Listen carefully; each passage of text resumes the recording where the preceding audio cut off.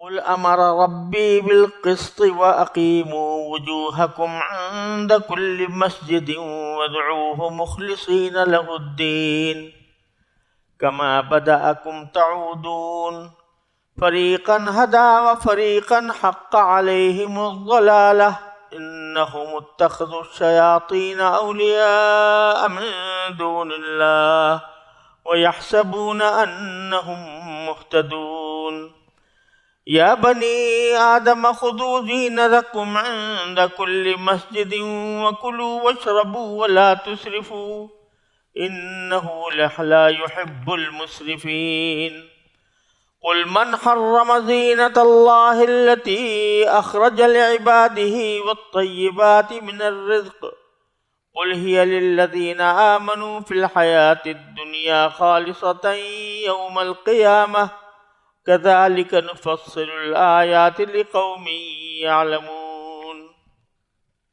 یہ سورہ اعراف کی آیت نمبر 29 سے آیت نمبر 32 تک میں نے تلاوت کی ہے۔ اس کا ترجمہ یہ ہے، اور جب یہ کافر لوگ کوئی بے حیائی کا کام کرتے ہیں کہو کہ میرے پروردگار نے تو انصاف کا حکم دیا ہے، اور یہ حکم دیا ہے کہ جب کہیں سجدہ کرو اپنا رخ ٹھیک ٹھیک رکھو، اور اس یقین کے ساتھ اس کو پکارو کہ اطاعت خالص اسی کا حق ہے۔ جس طرح اس نے تمہیں ابتدا میں پیدا کیا تھا اسی طرح تم دوبارہ پیدا ہوگے۔ تم میں سے ایک گروہ کو تو اللہ نے ہدایت تک پہنچا دیا ہے، اور ایک گروہ وہ ہے جس پر گمراہی مسلط ہو گئی ہے، کیونکہ ان لوگوں نے اللہ کے بجائے شیطانوں کو دوست بنا لیا ہے، اور سمجھ یہ رہے ہیں کہ وہ سیدھے راستے پر ہیں۔ اے آدم کے بیٹوں اور بیٹیوں، جب کبھی مسجد میں آؤ تو اپنی خوشنمائی کا سامان یعنی لباس جسم پر لے کر آؤ، اور کھاؤ پیو اور فضول خرچی مت کرو۔ یاد رکھو کہ اللہ فضول خرچ لوگوں کو پسند نہیں کرتا۔ کہو کہ آخر کون ہے جس نے زینت کے اس سامان کو حرام قرار دیا ہو جو اللہ نے اپنے بندوں کے لیے پیدا کیا ہے، اور اسی طرح پاکیزہ رزق کی چیزوں کو۔ کہو کہ جو لوگ ایمان رکھتے ہیں ان کو یہ نعمتیں جو دنیاوی زندگی میں ملی ہوئی ہیں قیامت کے دن خالص انہی کے لیے ہوں گی۔ اسی طرح ہم تمام آیتیں ان لوگوں کے لیے تفصیل سے بیان کرتے ہیں جو علم سے کام لیں۔ جیسا کہ پچھلی آیات میں عرض کیا گیا تھا کہ اہل عرب یہ بے حیائی تو کرتے ہی تھے کہ برہنہ ہو کر ننگے ہو کر طواف کرتے تھے، لیکن اس سے بڑی بات یہ تھی کہ اس عمل کو اللہ تعالیٰ کی طرف منسوب کر کے کہتے تھے کہ اللہ نے ہمیں اس کا حکم دیا۔ تو اللہ تعالیٰ نے پچھلی آخری آیت میں فرمایا تھا کہ ان سے کہہ دو کہ اللہ تعالیٰ ایسی بے حیائی کا حکم نہیں دیا کرتا۔ اب آگے ایک وجہ اس کی بیان فرماتے ہیں کہ قل امر ربی بالقسط، آپ یہ کہیے کہ میرے پروردگار نے تو قسط کا حکم دیا ہے۔ قسط کا ترجمہ عام طور پر انصاف سے کیا جاتا ہے، لیکن اس کے حقیقی معنی یہ ہے کہ کسی چیز کو برابر کے دو حصوں میں تقسیم کر دیا جائے، دونوں طرف چیزیں برابر ہوں، اور اسی لیے اس کو بعض اوقات اعتدال سے بھی تعبیر کیا جاتا ہے۔ تو چونکہ جب فرض کرو ایک چیز دو آدمیوں میں تقسیم کرنی ہے تو اس کو برابر برابر دو حصے کرنا یہ انصاف کا تقاضا ہے، لہذا اس کو انصاف کے لیے بھی استعمال کیا جاتا ہے۔ تو یہاں انصاف کے معنی بھی ہے، اور اس سے زیادہ وسیع معنی یہ ہے کہ اللہ تبارک و تعالیٰ نے ہر چیز میں اعتدال کا حکم دیا۔ تو جس طرح کپڑوں کو ضرورت سے زیادہ پہننا، ایسے زیادہ خوشنما بنانا، اس میں رنگ آمیزیاں کرنا مردوں کے لیے پسندیدہ نہیں ہے، اسی طرح بالکل ننگے ہو جانا بھی پسندیدہ نہیں۔ لہذا اللہ تعالیٰ نے اعتدال کا حکم دیا ہے کہ کپڑے پہنو اور بے تکلف پہنو، اس میں تکلف تصنع کرنے کی ضرورت نہیں۔ تو اللہ تبارک و تعالیٰ نے تو یہ حکم دیا۔ اسی میں یعنی یہ بات نکل آئی کہ اعتدال ہر چیز میں مطلوب ہے، کھانے میں، پینے میں، عبادات میں۔ اب اگر صدقات میں، زکوٰۃ میں صدقات میں، خیرات میں، کہ آدمی کے لیے یہ بھی برا ہے کہ آدمی بس بخیل بن کر بیٹھ جائے اور پیسہ کوئی خرچ نہ کرے، اور یہ بھی برا ہے کہ ضرورت سے زیادہ چیزوں میں خرچ کرنا شروع کر دے، اسراف کرے۔ تو اس لیے ہر چیز میں اللہ تعالیٰ نے اعتدال کا حکم، کذالک جعلناکم امۃ وسطا، ہم نے تمہیں متوسط امت بنایا ہے، اعتدال والی امت بنایا ہے۔ لہذا انسان کو ہر چیز میں اعتدال چاہیے، یہاں تک کہ کسی سے محبت ہو تو بھی اعتدال کے ساتھ ہو، کسی سے نفرت یا دشمنی ہو تو وہ بھی اعتدال کے ساتھ ہو۔ حضرت علی رضی اللہ تعالیٰ عنہ کا قول ہے کہ احبب حبیبک ہونما عسیٰ ان یکون بغیضک یوما وابغض بغیضک ہونما عسیٰ ان یکون حبیبک یوما، کہ اگر کسی سے محبت ہے تو وہ بھی دھیرے دھیرے کرو، اعتدال کے ساتھ کرو۔ اور کیوں؟ اس لیے کہ کسی دن ہو سکتا ہے کہ جس سے تمہیں محبت ہے اسی سے بغض ہو جائے، تو اس کے نتیجے میں تم اس موقع پر شرمندگی اٹھانی پڑے گی۔ اور اگر کسی سے بغض ہے تو وہ بھی اعتدال کے ساتھ کرو، کیونکہ ہو سکتا ہے کہ وہ تمہارا محبوب بن جائے کسی وقت۔ تو اس دین نے ہر چیز میں اعتدال کی تعلیم عطا فرمائی۔ پھر فرمایا وَأَقِیمُوا وُجُوهَکُمْ عِنْدَ كُلِّ مَسْجِدٍ۔ مسجد کا لفظ ایک تو عام طور سے اس جگہ کے لیے آتا ہے جہاں پر نماز پڑھی جاتی ہے، سجدہ کیا جاتا ہے، اس میں ظرف کے طور پر، لیکن بعض اوقات اس میں ظرف جو ہے وہ مصدر کے معنی میں بھی استعمال ہوتا ہے۔ یہاں مفسرین نے عام طور سے یہ کہا ہے کہ یہاں مسجد جو ہے یہ مصدر کے طور پر آیا ہے۔ کیا معنی؟ سجدہ کرنا۔ تو تم اپنے چہروں کا رخ سیدھا رکھو ہر سجدے کے وقت، یعنی جب سجدہ کر رہے ہو تو تمہاری توجہ اور تمہارا رخ اللہ کی طرف ہونا چاہیے۔ اب اس کے یہ معنی بھی ہے کہ قبلے کی طرف رکھو، لیکن اس سے زیادہ مفہوم یہ ہے کہ جس وقت تم اللہ تبارک و تعالیٰ کے بارگاہ میں سجدہ کر رہے ہو تو اس وقت اپنی توجہ کا رخ جو ہے وہ اللہ کی طرف رکھو۔ وجوہ جمع ہے وجہ کی، جس کے معنی ہے چہرہ۔ تم اپنے چہرے ہر سجدے کے موقع پر سیدھے رکھو۔ سیدھے رکھنے کے معنی یہ کہ ان کی توجہ اللہ جل جلالہ کی طرف رہے، بندگی کے احساس کے ساتھ رہے، تو اس سے خشوع کی طرف بھی اشارہ ہے۔ ایک کام تو یہ کرو۔ دوسرا وَادْعُوهُ مُخْلِصِينَ لَهُ الدِّينَ، اور اللہ تبارک و تعالیٰ سے اس طرح یقین کے ساتھ اس کو پکارو کہ اطاعت خالص اسی کا حق ہے۔ جب اس کو پکارو، دعا کرو، تو اس میں کوئی شرک کا شائبہ نہ ہونا چاہیے، بلکہ اللہ تبارک و تعالیٰ ہی سے مانگو، اور یہ سوچ کر مانگو کہ دینے والا صرف ایک ہی ہے، اسی سے دعا کی جا سکتی ہے، اسی کی عبادت کی جاتی ہے۔ لہذا کسی اور سے جا کے مانگنا، چاہے وہ کوئی پیغمبر ہو، چاہے وہ کوئی ولی ہو، ولی اللہ ہو، یا کوئی اور بھی ہو، تو اس کو اس کی عبادت کرنا یا اس سے مانگنا، دعا مانگنا کہ اے داتا بیٹا دے دے، اے داتا روزگار لگا دے، یہ سب شرک کے قبیل سے ہے۔ لہذا جب مانگو تو اخلاص کے ساتھ اللہ تبارک و تعالیٰ سے مانگو۔ فَادْعُوهُ مُخْلِصِينَ لَهُ الدِّينَ۔ پھر فرمایا کما بدأکم تعودون۔ اس میں یہ پہلو بھی قابل توجہ ہے کہ ایک طرف فرمایا اقیموا وجوہکم عند کل مسجد، ہر سجدے کے وقت اپنے چہروں کو سیدھا رکھو اللہ کی طرف۔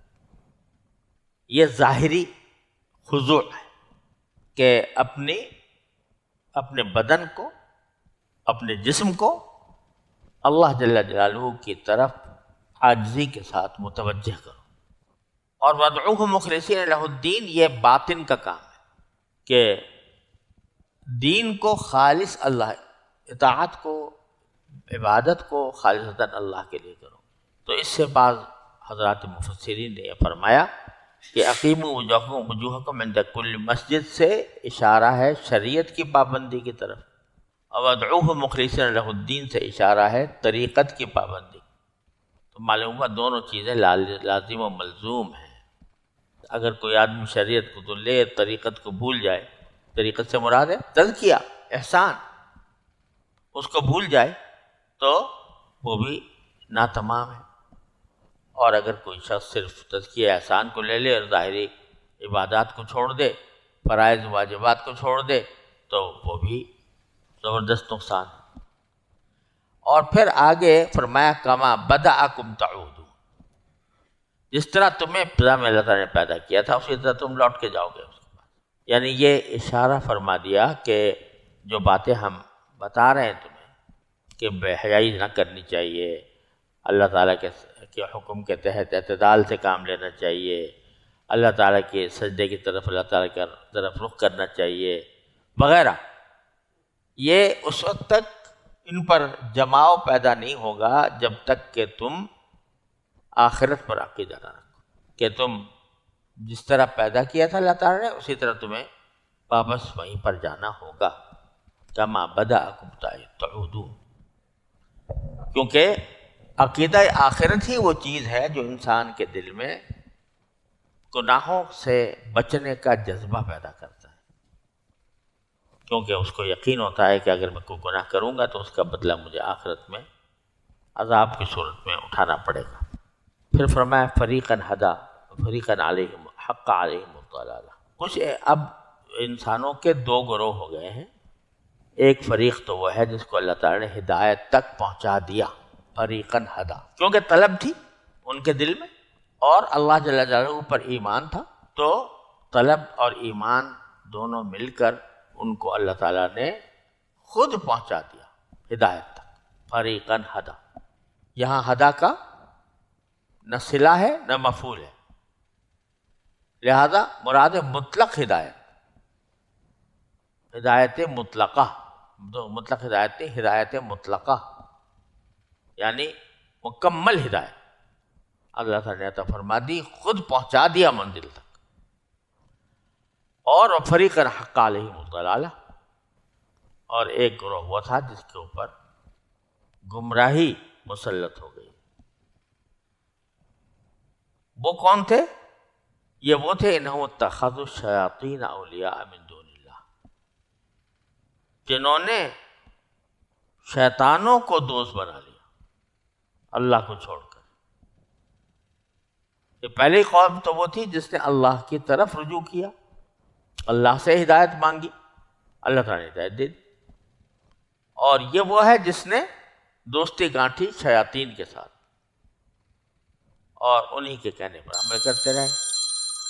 وَيَحْسَبُونَ أَنَّهُمْ مُهْتَدُونَ، اور وہ سمجھتے رہے کہ ہم سیدھے راستے پر، ہم صحیح۔ تو یہاں یہ بھی بتا دیا کہ حق و باطل کے معاملے میں محض لا علمی یا کوئی عذر نہیں کہ مجھے پتہ نہیں تھا، یہ ایسے دنیا کا بھی قانون ہے، اگنورنس از نو ایکسکیوز کہا جاتا ہے کہ جہالت جو ہے وہ کوئی عذر نہیں، تو شریعت میں بھی یہ حکم ہے کہ عذر نہیں۔ تو یہ جو کہہ رہے ہیں یحسبون انہم مہتدون، وہ سمجھ رہے تھے کہ ہم تو سیدھے راستے پر ہیں، تو کیا یہ ان کی لا علمی تھی؟ اور لا علمی کی وجہ سے کیا ان کو کوئی رخصت ملے گی؟ تو قرآن کریم کی آیت فرما رہی ہے کہ نہیں ملے گی، وہ چاہے جتنا سمجھتے رہیں کہ ہم سیدھے راستے پر ہیں مگر نہیں ملے گی، کیونکہ ان کے پاس راستے کھلے ہوئے تھے کہ وہ حقیقت تک پہنچتے۔ اللہ تعالیٰ کا پیغام آ چکا تھا، اللہ تعالیٰ کے پیغمبر بھیجے تھے، ان سے معلومات کر کے وہ حاصل کر سکتے تھے۔ تو اس لیے یہ چاہے کتنا سمجھتے رہیں، وہ کوئی شخص یعنی اشکال کر سکتا ہے نا کہ بھئی ایک شخص ہے وہ تو اپنے آپ کو صحیح سمجھ رہا ہے، اس سے ساری زندگی اپنی یہی سمجھ کر گزاری کہ میں ٹھیک کر رہا ہوں، پھر اس کو کیوں عذاب؟ تو جواب اس کا یہی ہے کہ اس نے طلب نہیں کی، حق کی طلب نہیں، اس لیے اس کو معذور قرار نہیں دے۔ البتہ حضرت امام غزالی رحمۃ اللہ علیہ نے التفرقہ بین الحادی و زندقہ جو ان کی کتاب ہے، اس میں امام غزالی رحمۃ اللہ علیہ فرماتے ہیں کہ اگر کسی نے کے پاس کوئی طلب کا راستہ ہی نہیں تھا، بالکل طلب کا راستہ نہیں تھا، ایک آدمی جنگل میں وحشی پیدا ہوا اور جنگل کے اندر ہی زندگی گزری اس کی، پتے وتے کھا کر گزارا کیا جانوروں کی طرح، نہ کبھی شہر دیکھا، نہ کبھی کسی محفل میں آیا، نہ کوئی کسی سے گلنا ملنا ہوا، تو اس کے پاس طلب کا کوئی راستہ نہیں تھا۔ امام غزالی فرماتے ہیں امید ہے کہ انشاءاللہ اس سے باز پرس نہیں ہوگی۔ اگر طلب کے تمام راستے مسدود ہو جائیں تو پھر اس سے باز پرس بھی نہیں ہوگی انشاءاللہ۔ لیکن اگر طلب کے راستے موجود تھے، حق تک پہنچنے کے راستے موجود تھے، اور پھر بھی انسان نے اس کو استعمال نہیں کیا، تو پھر وہ یحسبون انہم مہتدون کے اندر داخل ہے۔ پھر آگے باری تعالیٰ پھر اس بات کو دہراتے ہیں کہ یا بنی آدمہ خذوا زینتکم عند کل مسجد، یعنی اب تک تو بیان تھا اس بات کا کہ لباس کتنی ضروری چیز ہے اور پہننے کی کتنی بری بات ہے۔ اب خاص طور پر وہ لوگ جو اہل عرب مسجد حرام میں ننگے داخل ہو جایا کرتے تھے، تو ان کو کہہ رہے ہیں، فرمایا کہ اے آدم کے بیٹو بیٹیوں، خذوا زینتکم عند کل، اپنے لباس زینت کا سامان مسجد کے پاس ضرور تیار کیا کرو۔ اے آدم کے بیٹوں اور بیٹیوں، جب کبھی مسجد میں آؤ تو اپنی خوشنمائی کا سامان لے کر آؤ۔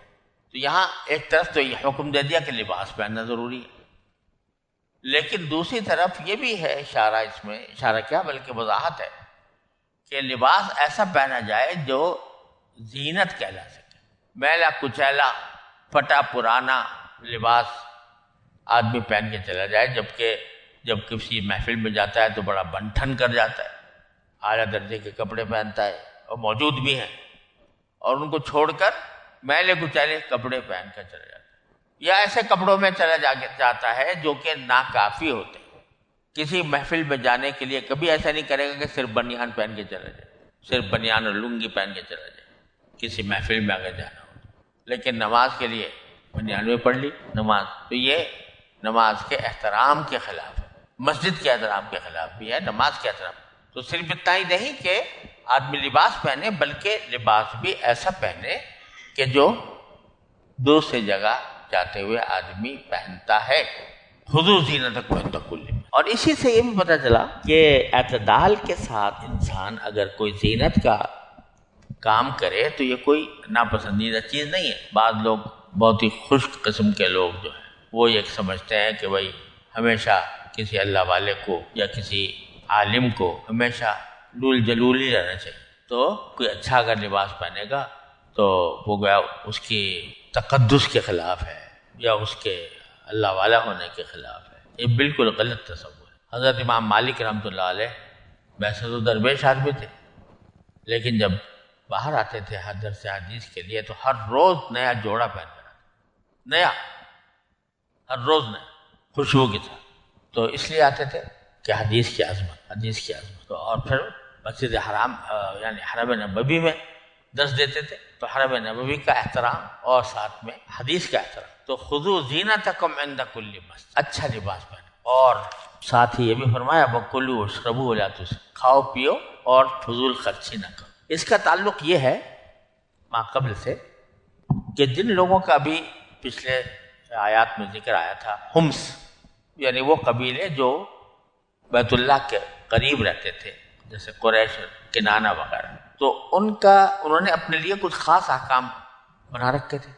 اس میں سے ایک یہ بھی تھا کہ بھئی لباس کے ساتھ طواف جو ہے صرف حمص کر سکتے یا حمص کے لباسوں کے ساتھ۔ دوسرا ان کا معاملہ یہ تھا کہ چونکہ اپنے اوپر ایک تقدس کا لبادہ اوڑا ہوا تھا کہ ہم بیت اللہ کے محافظ ہیں، لہذا جب حج کا موسم آتا تھا تو ساری دنیا جو ہے وہ تو عرفات جاتی تھی، یہ مزدلفہ رہتے تھے، کہتے ہم حرم سے باہر نہیں نکلیں گے۔ اور ساتھ ہی انہوں نے اپنے اوپر کچھ پابندیاں عائد کر رکھی کہ ہم گوشت نہیں کھائیں گے، ہم حمص ہیں، ہم گوشت نہیں کھائیں گے، سارے عرب کھا سکتے ہیں، ہم نہیں کھائیں گے۔ اور دوسرا یہ کہ کھانے کی مقدار بہت کم کر دیتے تھے حج کے موسم۔ عام لوگ جتنا کھانا کھاتے تھے یہ اس سے آدھا کھاتے تھے، اپنے تقدس کا مزید اظہار کرنے کے لیے اپنے لیے کچھ خصوصی احکام قرار دے رکھے تھے۔ تو یہاں اللہ تبارک و تعالی نے جہاں ان کے برہنہ ہونے کا ذکر فرمایا، اہل عرب کی اس عادت کا کہ وہ برہنہ طواف کرتے تھے، وہاں ساتھ ہی حمص کے جو غلط طریقے تھے کہ وہ بعض چیزوں کو انہوں نے حرام کر لیا تھا اپنے اوپر، اس کے اوپر بھی تنقید فرمائی، اور یہ فرمایا کہ کھاؤ اور پیو لیکن اسراف سے یعنی فضول خرچی سے کام نہ لو۔ کیوں؟ انہ لا يحب المسرفین، یقین جانو کہ اللہ تبارک و تعالی اسراف کرنے والوں کو پسند نہیں کرتا۔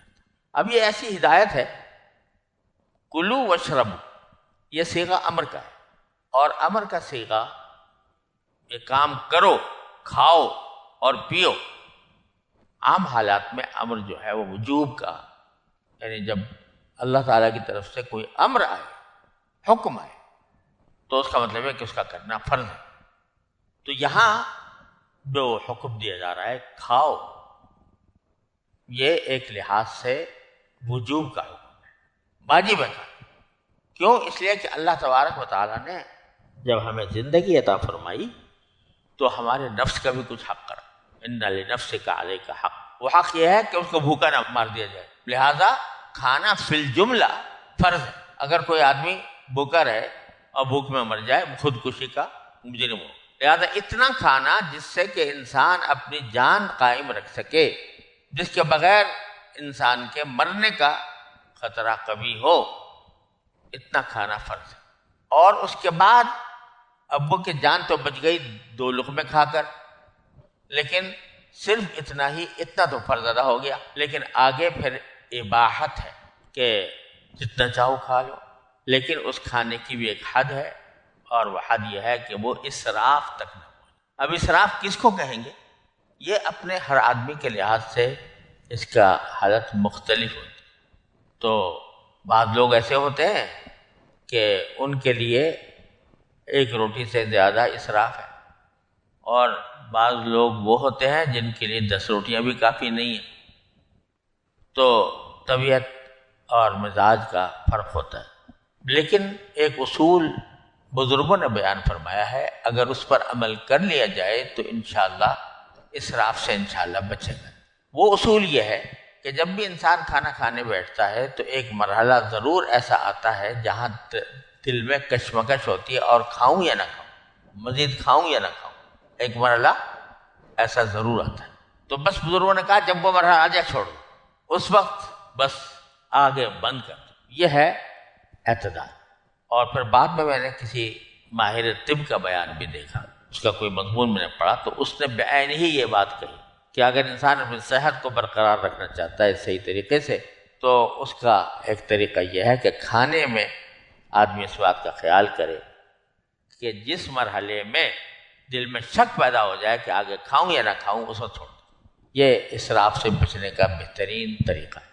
اگر ہم امام غزالی رحمۃ اللہ علیہ کے زمانے کی بات کریں اور ان کی کتابیں پڑھیں، تو اس میں مجاہدے لکھے نا، قلت طعام، قلت منام الی آخری۔ تو قلت طعام کا جب انہوں نے بیان کیا ہے، اتنا کھائے، تو وہ اتنا ہے کہ سب ملا کر آج کوئی بڑے سے بڑا کھانے والا بھی شاید اتنا نہ کھا سکے جتنا انہوں نے کم سے کم بیان کیا۔ تو اس لیے ہر زمانے کے حالات مختلف ہوتے ہیں۔ تو بس یہ بہترین معیار یہ ہے کہ جب یہ کشمکش پیدا ہو جائے کہ اور مزید کھاؤں یا نہ کھاؤں، اس وقت انسان چھوڑ۔ تو یہ اسراف سے بچنے کا بھی بہترین طریقہ ہے۔ اور ساری بیماریوں کی جڑ یہ زیادہ کھانا ہے۔ پیٹ بھر سے زیادہ کھانا تو ویسے بھی گناہ ہے، باقاعدہ گناہ ہے، اور اگر پیٹ بھرنے کی حد تک کھائے تو ٹھیک ہے، جائز ہے، لیکن اچھا یہ ہے جو جس کو فرمایا لا تسرفو، وہ یہ کہ ایسے جگہ پر چھوڑ دو جہاں پر کہ انسان کے دل میں کشمکش پیدا ہو۔ کسی بھی طبیب سے پوچھ لو، اس سے بہتر علاج انسان کی صحت کا کچھ اور نہیں جو اللہ تعالیٰ نے بیان فرمایا۔ پھر آگے باری تعالیٰ نے فرمایا قل من حرم زینت اللہ التی اخرج لعبادہ، حضور اقدس صلی اللہ علیہ وسلم سے خطاب ہے کہ کہو ان سے کہ آخر کون ہے جس نے زینت کے اس سامان کو حرام قرار دیا ہو جو اللہ نے اپنے بندوں کے لیے پیدا کیا۔ اللہ تعالیٰ نے اپنے بندوں کے لیے صرف ضرورت ہی کے چیزیں پیدا نہیں کی ہیں، کوئی زینت کی چیزیں بھی پیدا کی۔ تو کون ہے جو اس کو حرام قرار دیا؟ بندوں کے لیے پیدا کی، اخرج لعبادی، یہ زینت کی چیزیں تمہارے لیے پیدا کی، تو صرف ضرورت کی چیزیں پیدا نہیں کی، ساتھ ساتھ زینت کی چیزیں بھی پیدا کی۔ کون ہے جو اس کو حرام قرار دے؟ تو معلوم ہوا کہ زینت بھی ایک مقاصد میں سے ہے۔ بعض فقہاء کرام نے جو لکھا ہے کہ مرد کے لیے زینت کا کوئی سامان اختیار کرنا مکروہ ہے، تو اس سے مراد وہ زینت ہے جو خواتین کیا کرتی، خواتین کی کے جو طریقے ہوتے ہیں زینت کرنے کے یا سنگار کرنے کے، مرد وہ اختیار کرنے لگے تو مرد عورت بن جاتا ہے، وہ بے شک فقہاء کرام نے اس کو منع۔ لیکن ایسی زینت جو مرد ہی کے لیے ہے، اس میں نہ صرف یہ کہ کوئی مذائقہ نہیں، بلکہ اس کو چھوڑنا یا اس کو برا سمجھنا اس آیت کی روح سے غلط ہے۔ تو ایک تو زینت کو کس نے حرام، اور دوسرا طیبات من الرزق، اور اچھے کھانے کو کس نے حرام کیا؟ یہ جو اہل عرب چھوڑے بیٹھے تھے گوشت کا کھانا، ان کی طرف جا رہا ہے کہ اس کو کس نے حرام کر دیا؟ ان کے لیے اللہ تعالیٰ نے کوئی حرام نہیں کیا۔ اب یہاں ایک بات یہ سمجھیے کہ یہ جو فرمایا کہ ہم نے اللہ کی وہ زینت جو نکالی ہے، پیدا کی ہے اللہ تعالیٰ نے لعبادی، اپنے بندوں کے لیے۔ اب اس بندوں میں مسلمان بھی داخل اور غیر مسلم بھی داخل، بندے تو سب ہیں۔ تو بتلایا یہ کہ دنیا میں ہم نے جتنی چیزیں تمہارے فائدے کے لیے پیدا کی ہیں وہ کھلی ہوئی ہیں، مسلمانوں کے لیے بھی غیر مسلموں کے لیے۔ ادیم زمیں سفرہ عام اوست، بری خان یغما سے دشمن سے دوست۔ یہ زمین کا جو دسترخوان ہے یہ عام دسترخوان ہے، اس پر سب کھا رہے ہیں۔ اس بری خان یغما سے دشمن سے دوست، اس دسترخوان کے اوپر کیا دشمن اور کیا دوست، سب کے لیے بچھا ہوا ہے، رزق سب کو مل رہا ہے۔ ان کو بھی مل رہا ہے جو اللہ تعالیٰ کے انکار کرتے ہیں، ان کو بھی مل رہا ہے جو توہین کرتے ہیں۔ لے جاؤ، اللہ تبارک و تعالیٰ نے سب کے لیے کر رکھا ہے، لعبادی، اپنے بندوں کے لیے، چاہے مسلمان ہو چاہے کافر ہو۔